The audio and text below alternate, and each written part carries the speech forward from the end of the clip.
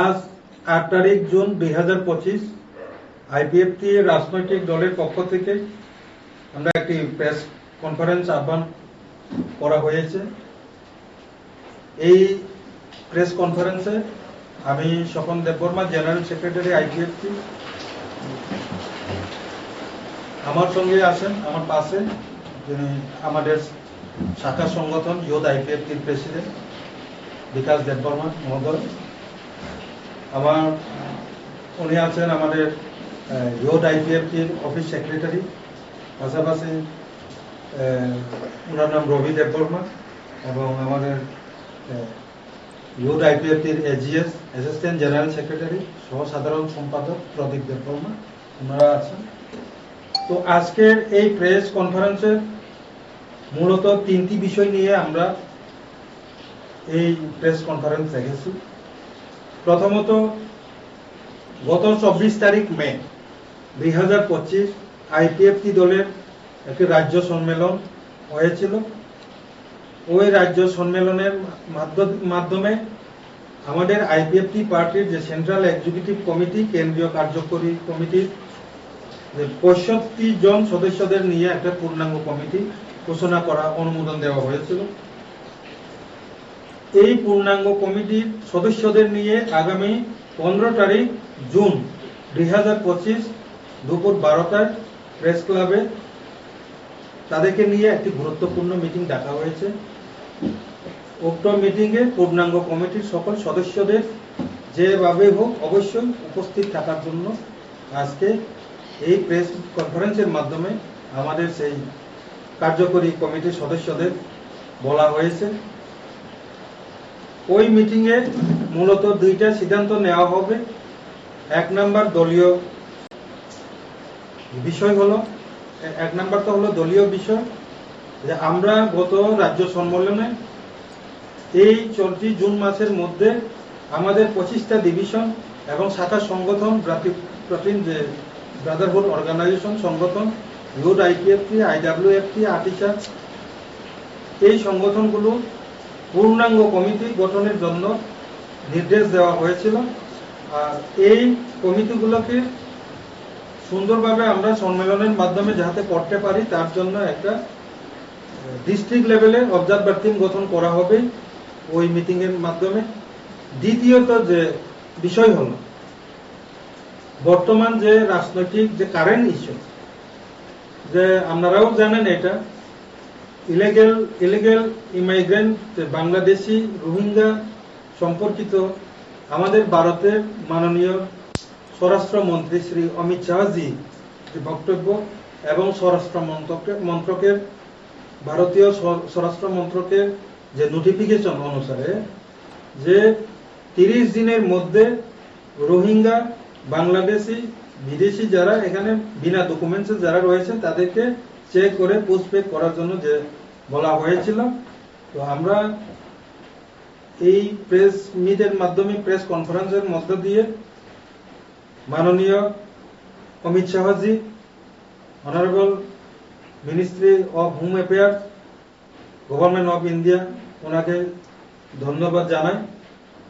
পাশাপাশি রাজ্য সরকারকে আমরা অনুরোধ জানাই যে ভারত সরকারের যে সিদ্ধান্ত অনুযায়ী, তাদের গাইডলাইন অনুসারে ভারতবর্ষের বিভিন্ন রাজ্যে যে পদক্ষেপ নেওয়া হয়েছে, আমাদের রাজ্যেও তা অতি সত্বর এই নির্দেশ পালিত হোক, আমরা রাজ্য সরকারের কাছেও অনুরোধ রাখছি।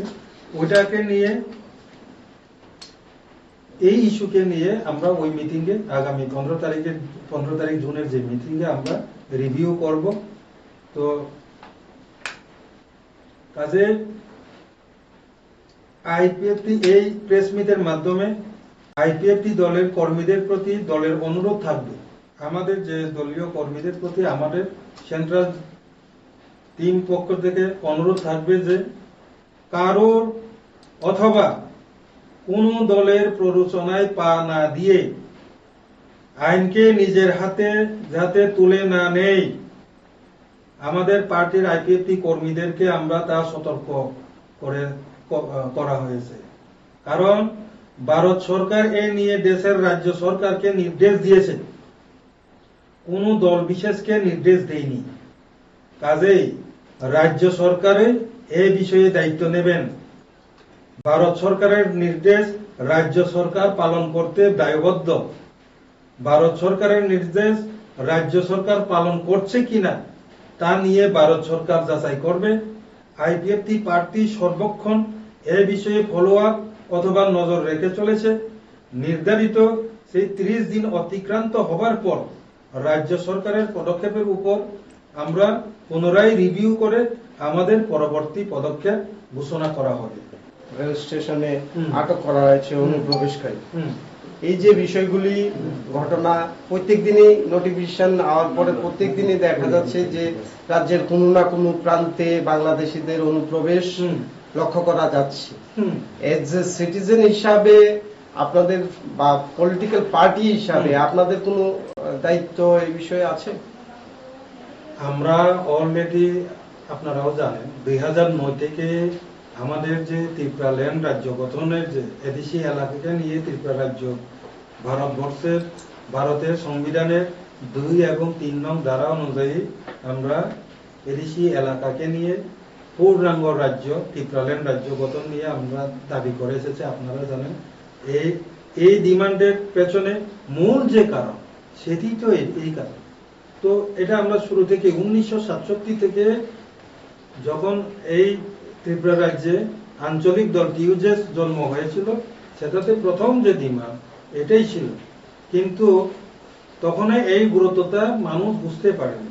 আমি আরেকটু ব্যাখ্যা করব, কারণ আমরা 2023 গত 2024-এও আমরা স্বরাষ্ট্রমন্ত্রী এবং রাজ্যপালের সঙ্গে এই বিষয় নিয়ে আমরা ডেপুটেশন দিয়েছি। যখন আমরা ওই আমাদের বাংলাদেশে যখন শেখ হাসিনার অপসারণ নিয়ে যখন সমস্যা তৈরি হয়েছিল, তখনও আমরা এই কথাটা বলেছিলাম যে এইটা কিন্তু শুধু ত্রিপুরার বিষয় নয়, এই বিষয়টা কিন্তু সমগ্র ভারতবর্ষের। ত্রিপুরা হচ্ছে এটা একমাত্র করিডোর।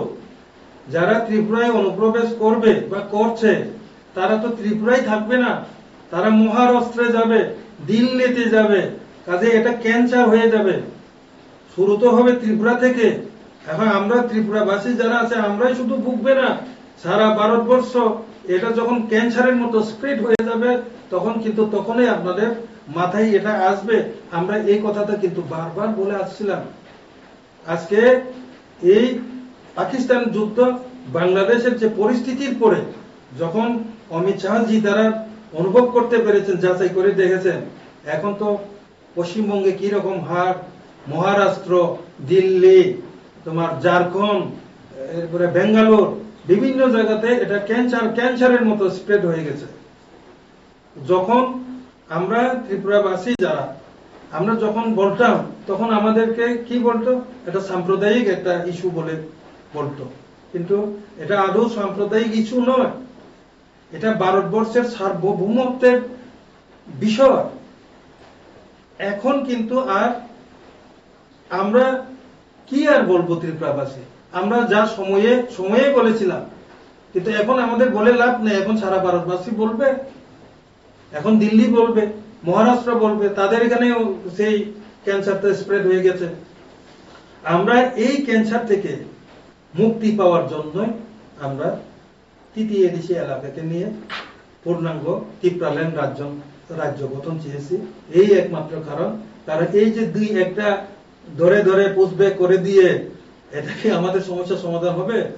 এটাতেও ভারতবর্ষের বা রাজ্যের একটা নীতির, আমি কেন বলছি যে আমরা ফলো আপ করছি, আমরা বলছি এই কারণে যে আপনি এটা কাঞ্চনপুর থেকে বাংলাদেশি সাপোজ ধরেছেন, ধরে নিয়ে খোয়াইয়ে গিয়ে বর্ডারে গিয়ে পুষব্যাক করে দিয়েছে।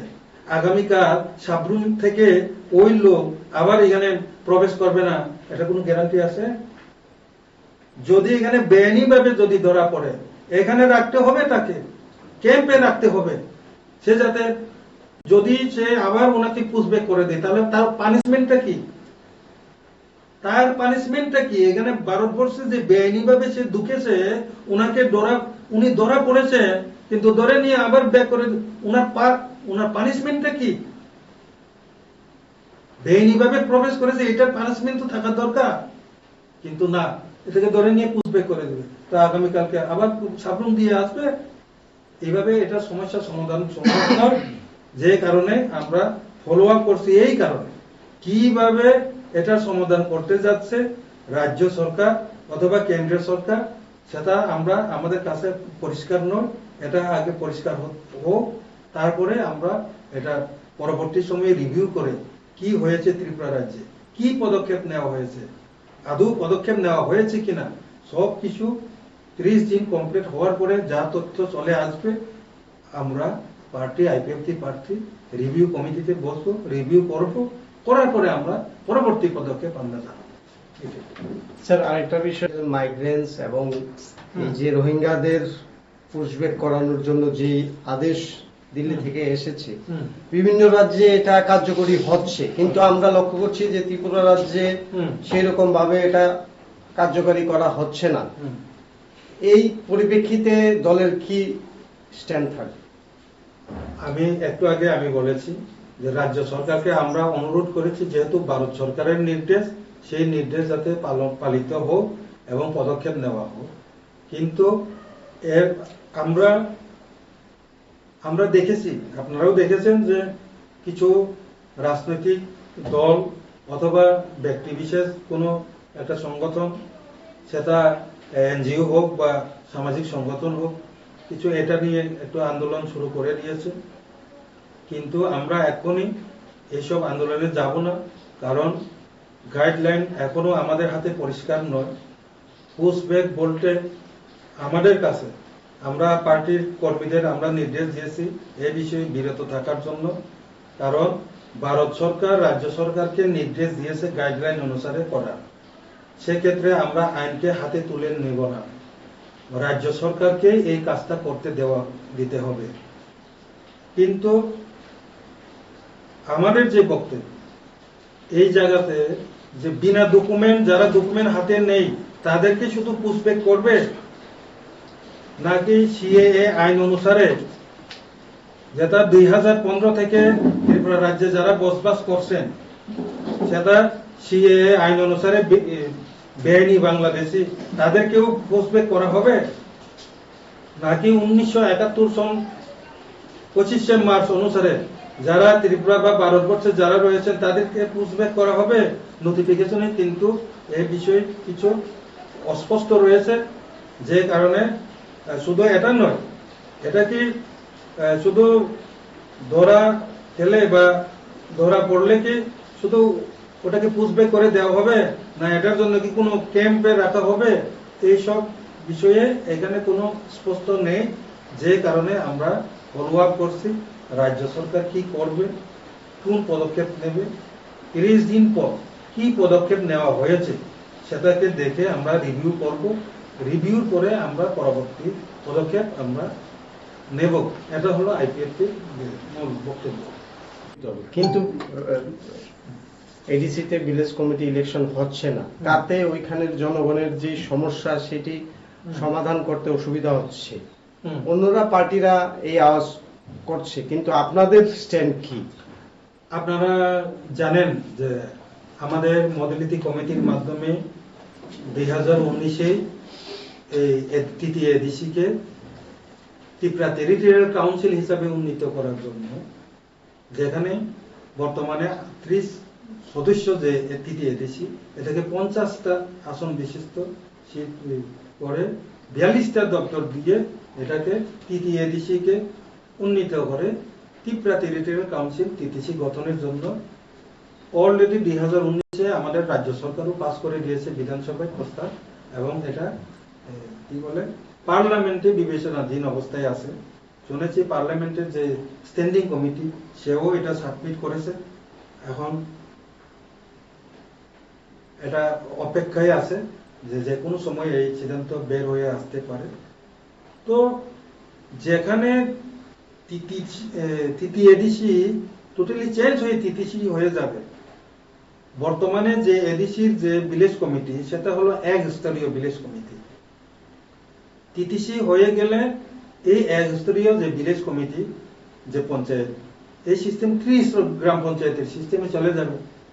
তো এখন ইলেকশন করে ধরুন আগামী 3-4 মাস বা আগামী জুলাই মাস হতো টিটিসি ঘোষণা হলো, হ্যাঁ, তো আবার কি আমরা ইলেকশন করব? আমাদের প্রস্তাব এখানে যেহেতু মডেলিটি কমিটির মাধ্যমে আইপিএফটি বিজেপি যে চুক্তির মাধ্যমে যেখানে টিটিসি দেওয়ার কথা বলা হয়েছে, পাসও করা হয়েছে, সেটাকে ইমপ্লিমেন্ট করো এবং ওই টিটিসি আইন অনুসারে এখানে 30 পঞ্চায়েত সিস্টেমে ভিলেজ কমিটির ইলেকশন হোক, আমরা এটা চাই। ধন্যবাদ। 3 নাম্বার হলো আগামী 14 তারিখ জুন 2025 দুপুর 11 গতিকায় আগরতলায় আইপিএফটি দলের শাখা সংগঠন ইয়ত আইপিএফটির রাজ্য সম্মেলন অনুষ্ঠিত হবে। উক্ত সম্মেলনে ইয়ত আইপিএফটির পূর্ণাঙ্গ কমিটি গঠন করা হবে। এই সম্মেলনে ডিভিশন থেকে সমস্ত ইয়ত আইপিএফটির সদস্যরা যাতে উপস্থিত থাকতে পারে তার কমিউনিকেশনের জন্য আইপিএফটির প্রার্থী ডিভিশন কমিটির সমস্ত প্রেসিডেন্ট এবং সেক্রেটারিদেরকে দায়িত্ব নিতে বলা হয়েছে।